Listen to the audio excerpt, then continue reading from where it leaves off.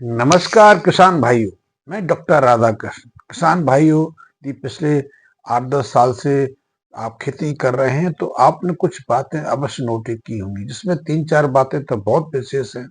पहली बात तो यही कि आपकी खेती की लागत निरंतर बढ़ रही है, लेकिन आपकी पैदावार है, आपकी जो पैदावार है वो निरंतर घट रही है।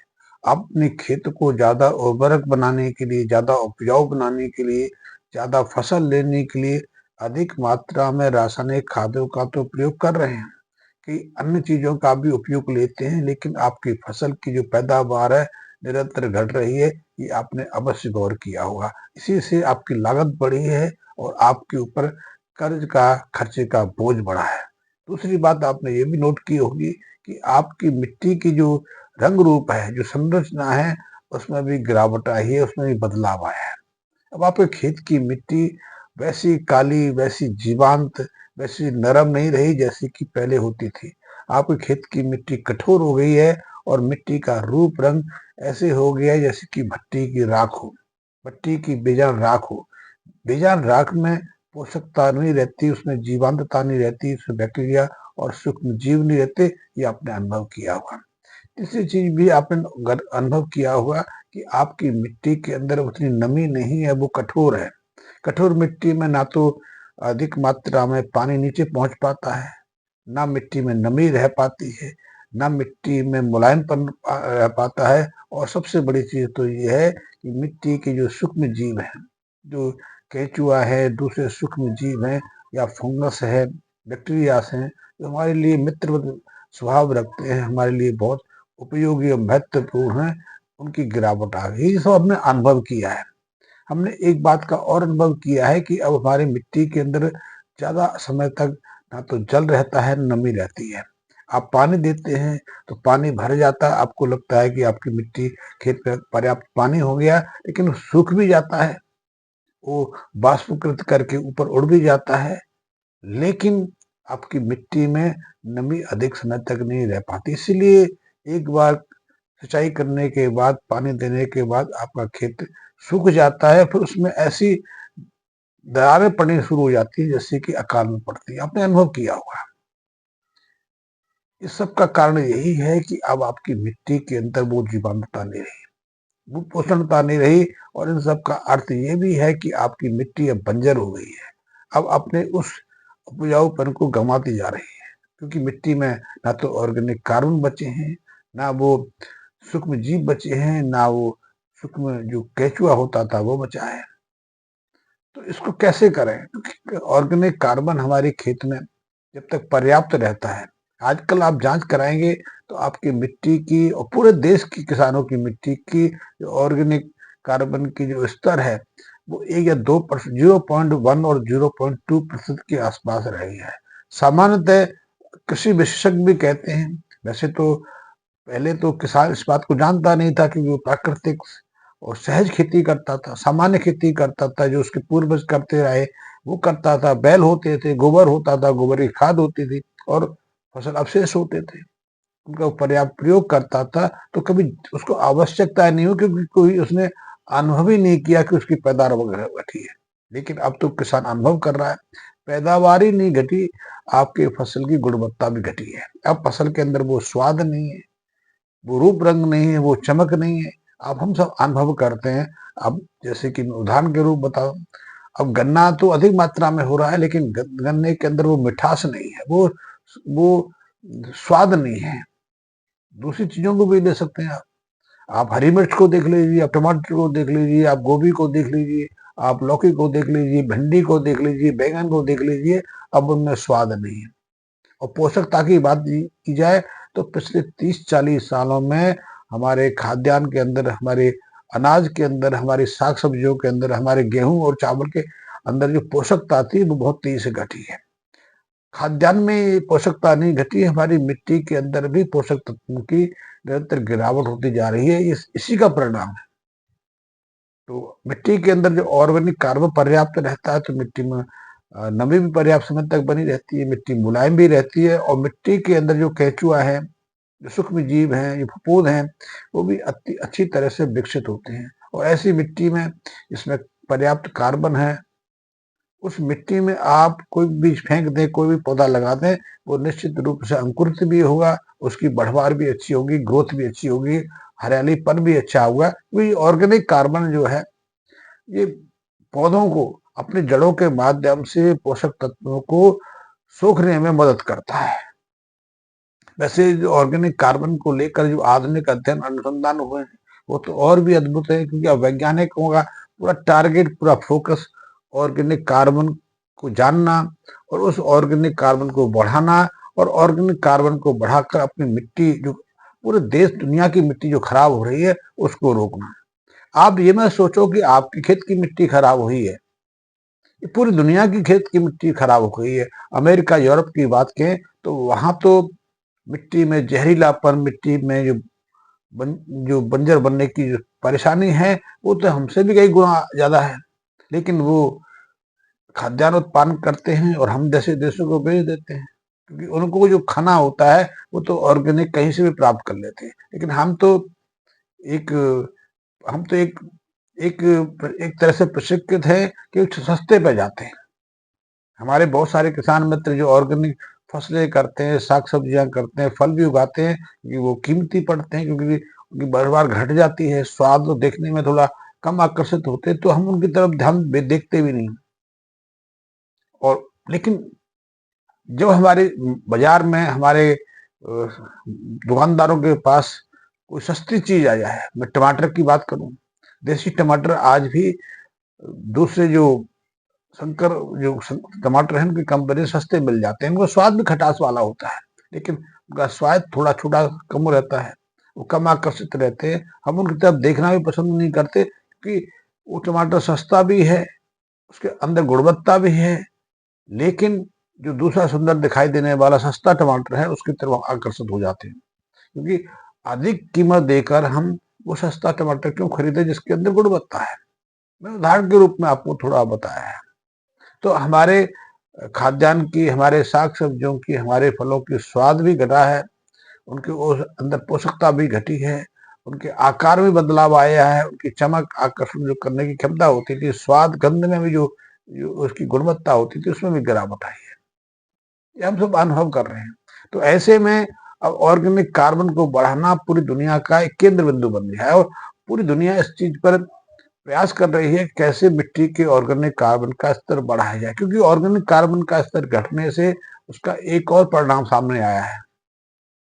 परिणाम ये है कि मिट्टी के अंदर ऑर्गेनिक कार्बन दो तीन चीजों से बढ़ता है, दो तीन मार्गों से बढ़ता है। पहला तो ये है कि मिट्टी के अंदर सूक्ष्म जीव पर्याप्त मात्रा में, उसमें मिट्टी के जो जीवाणु हैं, जो फफूंद हैं, पर्याप्त सक्रिय हों, उनकी संख्या बढ़े, क्योंकि उनके मृत शरीर से मिट्टी में काफी ऑर्गेनिक कार्बन पैदा होता है। यही ऑर्गेनिक कार्बन सूक्ष्म जीवों का भोजन भी है।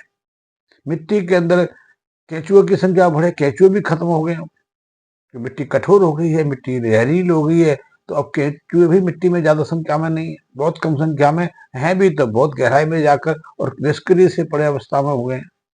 तो ऑर्गेनिक कार्बन बढ़ाना अब वैज्ञानिकों का, कृषि विशेषज्ञों का पहला लक्ष्य हो गया है। और ऑर्गेनिक कार्बन बढ़ाने के लिए पहले तो मिट्टी को समान स्तर पर लाने की आवश्यकता है, लेकिन और मिट्टी का ऑर्गेनिक कार्बन एक चीज और से बढ़ता है, वो ये है कि जब हमारे पौधे, हमारी फसलें, हमारे साग सब्जियों के पौधे जब अपना भोजन निर्मित करते हैं, क्योंकि आप जानते हैं कि पौधे अपना भोजन स्वयं निर्मित करते हैं, हम जो भी खाद, जो भी चीजें उनको देते हैं वो उनकी सहायता के लिए है। हम यूरिया, नाइट्रोजन के लिए देते हैं, लेकिन उसके बावजूद भी पर्याप्त मात्रा में नाइट्रोजन मिट्टी के अंदर भी है, और हमारे वायुमंडल में तो 78% नाइट्रोजन है। यूरिया के माध्यम से, यूरिया की बोरे के माध्यम से तो हम मात्र अपनी मिट्टी को उससे 50% भी नाइट्रोजन की आपूर्ति नहीं करते हैं, बहुत कम मात्रा में नाइट्रोजन देते हैं। फास्फोरस की बात की जाए, पोटासियम की बात की जाए, तो प्रकृति भरपूर मात्रा में ये सारे पोषक तत्व हैं। लेकिन जब हमारे पौधे वातावरण से कार्बन डाइऑक्साइड सोख के अपना भोजन बनाते हैं, जिसे प्रकाश संश्लेषण की क्रिया कहते हैं, तो काफी मात्रा में वो एक अवक्रिया करते हैं। मिट्टी जो पौधों का हरा रंग है, क्लोरोफिल रहता है, क्लोरोफिल के द्वारा ही फोटोसिंथेसिस क्रिया होती है। मैं इस डिटेल में नहीं जाऊंगा, लेकिन इस फोटोसिंथेसिस क्रिया के माध्यम से जब पौधे वातावरण से कार्बन डाइऑक्साइड सोखते हैं तो उससे कार्बोहाइड्रेट का निर्माण होता है, ऑक्सीजन स्वतंत्र होती है, पानी का भी इलेक्ट्रोलाइसिस होता है, क्योंकि फोटोसिंथेसिस क्रिया के माध्यम से जो पौधे हैं, पौधों की जो कोशिकाएं हैं, कोशिकाओं के जो और जो माइटोकॉन्ड्रिया जैसी दूसरी संरचना है, पानी का भी विखंडन करती हैं और पानी से ऑक्सीजन को अलग करते हैं, जो वातावरण में ऑक्सीजन को प्रोवाइड करता है, जिसमें हम सांस लेते हैं। वो हाइड्रोजन को भी उसमें रिलीज करता है, और यही हाइड्रोजन मिट्टी के अंदर सूक्ष्म जो पोषक तत्व हैं उनको पौधों को की जड़ों को उपलब्ध कराने का कार्य करता है। इतना ही नहीं, जब वो कार्बन डाइऑक्साइड को प्रयोग करते हैं तो कार्बन डाइऑक्साइड के अंदर भी बहुत सारी कुछ कार्बन, तो जो कार्बन डाइऑक्साइड से कुछ कार्बन जब मुक्त होती है वो तो कार्बोहाइड्रेट दूसरी जटिल संरचनाएं बनाने काम आती है। उसका कुछ जो कार्बन डाइऑक्साइड का ऑक्सीजन है वातावरण में चला जाता है, लेकिन कुछ कार्बन डाइऑक्साइड एक्सुडेट एक जैविक जैव रसायन के रूप में जड़ों के माध्यम से मिट्टी में रिलीज हो जाता है। एक्सुडेट्स एक मिक्सचर है जिसमें कुछ कार्बोहाइड्रेट होते हैं, ग्लूकोज होता है, इसमें अमीनो एसिड्स रहते हैं, इसी में कार्बोलिक एसिड भी रहते हैं, कार्बोनिक एसिड भी रहते हैं, कुछ दूसरी चीजें भी रहती है, और ये जो सारी चीजें मिलकर मिट्टी को उपजाऊ बनाने के लिए, मिट्टी के सूक्ष्म जीवों को भोजन प्रदान करने के लिए, और विभिन्न तरह के जो पोषक तत्व मिट्टी के अंदर उपलब्ध है, चाहे वो कैल्शियम हो, फास्फोरस हो, जिंक हो, पोटाशियम हो, दूसरे जो पोषक तत्व है जो हमारे पौधों के लिए, हमारे पौधों के विकास के लिए, पौधों की हरियाली के लिए, पौधों की कल्ले बढ़ाने के लिए, पौधों पे फूल आने के लिए, फूलों को बीज के रूप में रूपांतरित करने के लिए, फल के रूप में रूपांतरित करने के लिए, फलों के रूप में उत्पादनता देने के लिए जो बहुत महत्वपूर्ण है, उन सबको अपने साथ बांध के जड़ों के माध्यम से पेड़ों को उपलब्ध कराने का कार्य करते हैं। तो कार्बन यदि हमें बढ़ाना है तो फोटोसिंथेसिस क्रिया को बढ़ाना पड़ेगा, लेकिन अभी बहुत सारे ऐसे कारण हैं जिससे फोटोसिंथेसिस क्रिया घटी है। हमारे पौधे अधिक मात्रा में कार्बन डाइऑक्साइड को सोख नहीं पा रहे हैं, वातावरण में निरंतर कार्बन डाइऑक्साइड बढ़ रही है, और उसका क्लाइमेटिक चेंज इफेक्ट पड़ रहा है। इस क्लाइमेटिक चेंज को लेकर सारी सरकारें, सारे देश चिंतित है, क्योंकि इसके कारण असमय बारिश हो रही है, कि बाढ़ आ रही है, कि सूखा पड़ रही है, कि भूकंप आ रहा है, कि तूफान आ रहा है, आप जो सब देख ही रहे हैं। वातावरण में का तापमान खैक बढ़ते से उसके प्रतिकूल असर आते हैं, तो बहुत सारी सरकारें किसानों को प्रमोट कर रही हैं कि वो ऑर्गेनिक खेती करें। ऑर्गेनिक खेती का मतलब है कार्बन डाइऑक्साइड, जो कार्बोनिक ऑर्गेनिक कार्बन है उसकी मात्रा बढ़ाना, और ऑर्गेनिक कार्बन तब बढ़ेगा जब हमारे पौधे, हमारी फसलें अधिक मात्रा में कार्बन डाइऑक्साइड को सोख कर भोजन का निर्माण करेंगी। और फोटोसिंथेसिस क्रिया तब होगी जब ज्यादा बढ़ेगी तो वातावरण की कार्बन डाइऑक्साइड भी घटेगी, वातावरण का तापमान भी घटेगा, और अधिक मात्रा में ऑर्गेनिक कार्बन है मिट्टी को उपलब्ध होगा। मिट्टी के अंदर ऑर्गेनिक कार्बन बढ़ाने का एक कारण तो यही है। दूसरा, मिट्टी का जो ऑर्गेनिक कार्बन है, हम ज्यादा गहरी जुताई करते हैं, अपने खेतों को ज्यादा समय तक खुला रखते हैं, उसमें ज्यादा तापमान का प्रभाव पड़ता है, ज्यादा धूप में वो मिट्टी खुली रहती है, तो उसके कारण भी बहुत सारी जो ऑर्गेनिक कार्बन है वातावरण में नष्ट हो जाती है। तो इससे भी मिट्टी का ऑर्गेनिक कार्बन घट रहा है, उसको भी बढ़ाना, उसको भी रोकना है। तीसरा, यदि ऑर्गेनिक कार्बन मिट्टी में बढ़ता है तो मिट्टी की जल को ग्रहण करने की क्षमता बढ़ जाती है।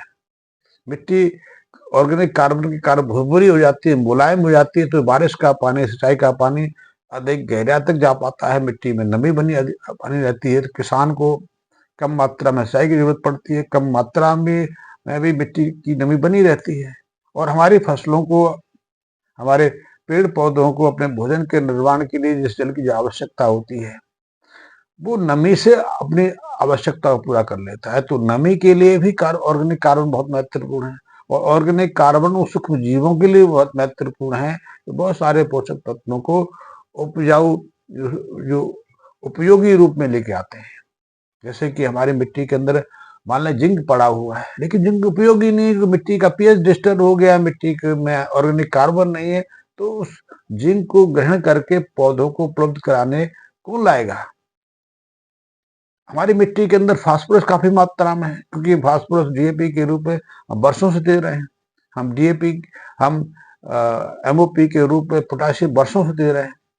तो वैज्ञानिक कहते हैं, कृषि विशेषज्ञ कहते हैं कि अब किसानों को अगले 50 साल तक यदि वो मिट्टी के इसी फास्फोरस को, इसी पोटाशियम को इस्तेमाल कर पाए तो 50 साल तक उन्हें किसी तरह की रासायनिक खाद के रूप में इन्हें देने की आवश्यकता नहीं है, क्योंकि इतनी मात्रा में, लेकिन वो निष्क्रिय रूप में हो गए हैं। वो दूसरे तत्वों के साथ में रासायनिक क्रिया करके वो निष्क्रिय अवस्था में चलेंगे, तो उनको सक्रिय कौन लेके आएगा? अभी तक हमने कोई ऐसा केमिकल नहीं बनाया, कोई ऐसा कैटालिस्ट, कोई उत्प्रेरक नहीं बनाया, लेकिन मिट्टी के पास, हमारी सोइल के पास पहले से ही ऐसे कई उत्प्रेरक हैं, कई ऐसी चीजें हैं जो मिट्टी के अंदर इन फास्फोरस को, इस पोटाशियम को, कैल्शियम को, जिंक को, आयरन को और दूसरे पोषक तत्व जो निष्क्रिय अवस्था में पड़े हुए हैं, जो पौधों के काम नहीं आ पा रहे, पौधे उन्हें ग्रहण नहीं कर पा रहे, पौधे उनका इस्तेमाल नहीं कर पा रहे, उनको उपयोगी बनाने वाले कई साधन, कई चीजें हमारी मिट्टी के अंदर हैं, इसमें सूक्ष्म जीव भी है। मैं केचुओं की बात नहीं करता, केचुआ तो एकमात्र सबसे बड़ा स्रोत है। केचुओं के पास तो केमिकल्स भी हैं, जैव रसायन भी है, उसके पास एंजाइम भी है, उसके पास पेट भी है कि मिट्टी को खाकर वो उसको तत्काल खाद के रूप में रूपांतरित कर देता है, और ऐसा खाद के रूप में रूपांतरित कर देता है जिससे फसलों की जमीन तत्काल सूख लेती है, इस्तेमाल कर लेती है। यूरिया डालते हैं, दूसरी खादें डालते हैं, उनको उपयोगी बनने के लिए इन्हीं सूक्ष्म जीवों पर निर्भर रहना पड़ता है। लेकिन केचुए की जो खाद देता है, केचुए के मल के रूप में जो खाद पैदा करता है, वो तो हमारी फसलों के लिए, हमारे पेड़ पौधों के लिए सीधे सीधे उपयोगी रूप में रहते हैं, उनको किसी भी सहायक की जरूरत नहीं पड़ती है। तो हमारे जो केचुए हैं वो तो बहुत कम संख्या में है, सूक्ष्म जीव भी बहुत संख्या में है, और यदि मिट्टी में सूक्ष्म जीव नहीं है, आप खेत में खाद डालेंगे, आप रासायनिक चीजों का प्रयोग करेंगे तो वो भी उपयोगी नहीं है। और इन सब का दारोमदार सारा का केंद्रीयभूत रूप है कि मिट्टी के अंदर ऑर्गेनिक कार्बन हो, और ऑर्गेनिक कार्बन पर इसीलिए सरकारें, इसीलिए दूसरी संस्थानें काफी फोकस कर रही हैं। और यदि आप प्राकृतिक तरीके से ऑर्गेनिक कार्बन बढ़ाने के साधन में लगे हुए हैं, जैसे कि 2-3 चीजें तो मैंने बताई कि ऑर्गेनिक कार्बन की स्तर यदि मिट्टी में बढ़ाना, तो पहले तो आपको फोटोसिंथेसिस की क्रिया बढ़ानी पड़ेगी। दूसरा ये है कि मिट्टी के अंदर कार्बनिक तत्वों की आपूर्ति करनी पड़ेगी। तो कार्बनिक तत्व तो खाद से गाय गोबर से आ जाते हैं, फसल अवशेष से आ जाते हैं। तो फसल अवशेष को तो एक तो आपूर्ति करनी है, तीसरा आपने अपने खेत को कभी खुला नहीं छोड़ना है, उसे कवर करके रखना है। चौथा, आपको अपने खेत को मेड़ों से कवर करके रखना है कि ताकि आपके खेत की जो मिट्टी है बह के बाहर ना जा पाए, क्योंकि मिट्टी की जो ऊपरी परत है उसी में ऑर्गेनिक कार्बन की मात्रा सर्वाधिक रहती है, उसी में ऑर्गेनिक कार्बन अपनी महत्वपूर्ण भूमिका निभाता है। तो वो बह के ना जाए, क्योंकि आप यदि बिना मेड़ के उसमें पानी देंगे या बारिश पड़ेगी, पानी इकट्ठा होगा तो बह के जा सकती है, तो ऑर्गेनिक कार्बन इस कारण से भी लॉस होता है। तो हमें मेड़ बांध के रखने हैं, मेड़ों पर पेखे लगा के रखने हैं, क्योंकि जब हम फलदार छायादार पेड़ों को अपने खेतों की मेड़ों पर लगाते हैं तो उसके कई फायदे होते हैं। पहली चीज तो हर पेड़ की अपनी जड़ की गहराई अलग होती है, फसलों के साथ भी यही है कि हम एक साथ मिश्रित फसल लें, फसलें बदल बदल के लें, कभी एक बार गेहूं की ले लें, सरसों की ले लें, मटर की ले लें, फिर चावल ले लें, चावल के बाद तिलहन की ले लें, दलहन की ले लें, हम सुविधा के अनुसार हम गन्ना भी ले लें, कॉटन भी ले लें, हम दूसरी फसलें भी लेते रहे, साग सब्जियों का भी उपयोग करते रहे। तो इससे फसल विविधता के कारण, जड़ों की गहराई की विविधता के कारण हमारी मिट्टी के अंदर क्रिया चलती है, अधिक गहराई के पोषक तो ऊपर आ जाते हैं और अधिक गहराई तक नमी बनी रहती है और जल को अंदर तक जाने का अवसर मिल जाता है। इतना ही नहीं, मिट्टी की अधिक गहराई तक ऑक्सीजन भी पहुंच पाती है, ताकि उस गहराई तक सूक्ष्म जीव भी सक्रिय बने रहते हैं।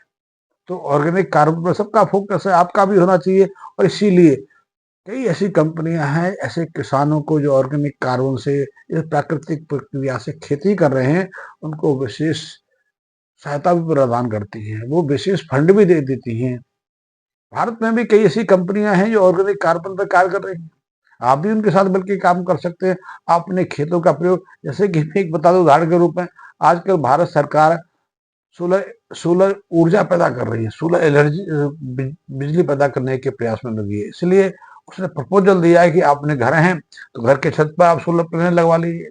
और किसानों को भी दिया है कि यदि आपके खेतों में कम खाद्यान्न होता है, कम अनाज फसलें होती हैं, पैदावार अच्छी नहीं होती है, तो आप अपने खेतों में सोलर पैनल लगा सकते हैं। 10 एकड़ में 6-7 करोड़ का खर्च आता है तो सरकार इसको पूरी तरह से फाइनेंस कर देती है, 100% फाइनेंस हो जाता है। और यदि आप 10 एकड़ में सोलर पैनल लगाते हैं तो आपको प्रथम महीने से ही 1 लाख रुपए के आसपास की कमाई शुरू हो जाती है। 2-2.5 साल में आपका ये लगा हुआ पैसा सरकार वापस ले लेती है और आपकी कमाई जो है, आपकी जो आमदनी है, पहले की तुलना में 2-3 गुना बढ़ जाती है। यानी कि आप अपने खेत से 10 एकड़ के खेत से बिना किसी कुछ किए 5-7 लाख रुपए महीने का कमा सकते हैं, बिजली बेच सकते हैं। ऐसा प्रपोजल सरकार ने दिया है। लेकिन कई बार आप कहते हैं कि आप जो फसल लेते थे वो क्या करें, तो उसको सोचना पड़ेगा कि आप सोलर पैनल लगा के उसके नीचे कौन सी फसल ले पाए। मैंने उदाहरण बताया आपको। इसी तरह जो फसल विविधता के अंदर भी आपको कई तरह के काम कर सकते हैं। जैसे फसल विविधता से एक तो आप कार्बन डाइऑक्साइड को अपने वातावरण से सोख के उसको शुद्ध करने का प्रयास करेंगे, टेम्परेचर कंट्रोल करने का प्रयास करेंगे। इसके लिए सरकारें असीमित पैसा खर्च कर रही है।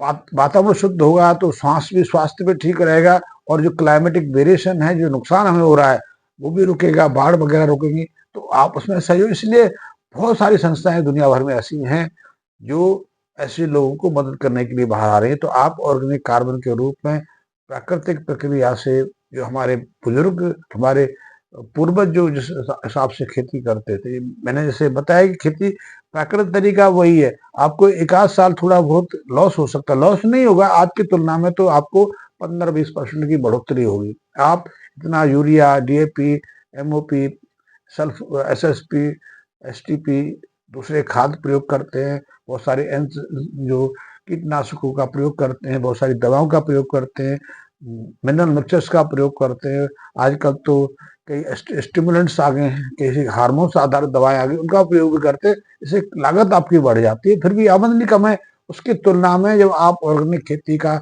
रूप जो मैंने बताया उसके हिसाब से करेंगे तो आपकी लागत तो एक बहुत घट जाएगी। आपने करना क्या है, आपने, और यदि इस जो प्राकृतिक खेती को आप देसी बीजों के माध्यम से करेंगे तो उससे पौष्टिकता भी बढ़ेगी, उससे आपका लाभ भी बढ़ेगा, खर्चा तो घटेगा ही घटेगा। तो निश्चित रूप से आपकी आमदनी बढ़ेगी, मिट्टी सुरक्षित रहेगी, मिट्टी उपजाऊ बनेगी, स्वास्थ्य में सुधार होगा और सबसे बड़ा जो खतरा अब होने वाला है, आने वाला है, क्लाइमेटिक चेंज का, वो रुकेगा। तो आज थोड़ी सी मैंने जानकारी इस ऑर्गेनिक कार्बन के उपयोग पे दी। इससे संबंधित काफी और जानकारी है जो मैं आगे चलकर देने की कोशिश करूंगा। आपके मन में कोई शंका है, जिज्ञासा है, कोई जानकारी चाहते हैं तो आप मुझसे संपर्क कर सकते हैं। धन्यवाद मित्रों।